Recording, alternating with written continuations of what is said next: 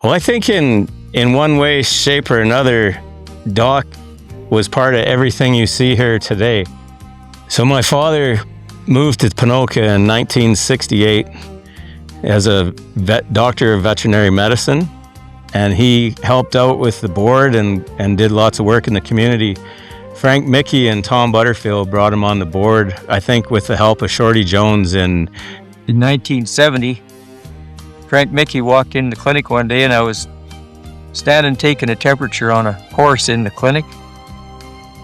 He said, "We'd like you to come to a director's meeting for the Ponoka Stampede." And I said, "I'll see you tonight." I just walked away, and he was there that night, and we brought him on the board. And he remained on the board of the Ponoka Stampede until his death in 2019. I think Doc's biggest attribute that made him a good leader was that he was a caring soul and a veterinarian at heart. And he grew up with animals, loving animals and caring for animals. It translated into his relationships with people. He was always a supportive guy, and he could work with anybody. Everything he ever did made a guy who he is today, and I'm damn grateful for it. Gary, when we needed a new grandstand, Gary was the project chairman of the new grandstand. It's just like a good hockey team. You got to have a good leader, and Gary led us, and we got the whole community involved with the new grandstand. My father, he was a man of the community, did a lot of work for farmers and ranchers, and he took it to every farm he went to. If he could get these guys to help, they had to haul some dirt.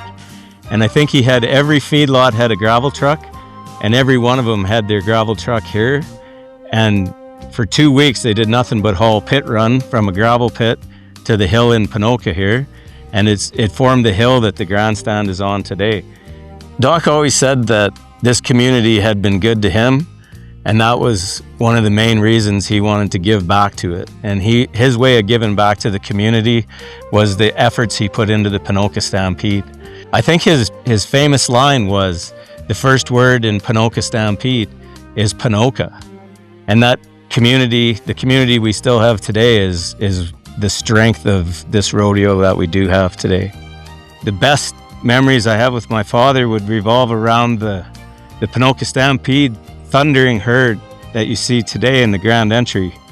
The big creme de la creme was the wild horse gather like the week before Ponoka Stampede, and we'd go all over the county, gather the wild horses, and sometimes it was smooth and there was a lot of times it wasn't. The primary rule of Ponoka Stampede, taught to me by my father, which was taught to him by Tom Butterfield, is it's gotta be fair to the cowboy. Everything we do here has to be fair to the cowboy, and it has to get better every year and better for the cowboy every year. And before this grounds was ever what you see today, there's a lot of people that were visionary and had ideas in their mind for what it could be and where it could go. Maybe one of the greatest things, I guess, that ever happened is when Doc Harbin got the idea that we should expand the track to a 5/8 track and put that tunnel in. And With this 5/8 track, it's wider, longer, got a backstretch that's long ways. So here you have these exciting photo finishes where you've got 4 wagons sometimes abreast.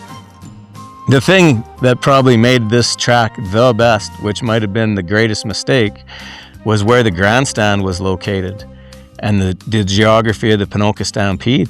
You run the entire home stretch and you're at the very end of it, almost to the first turn when you cross the finish line.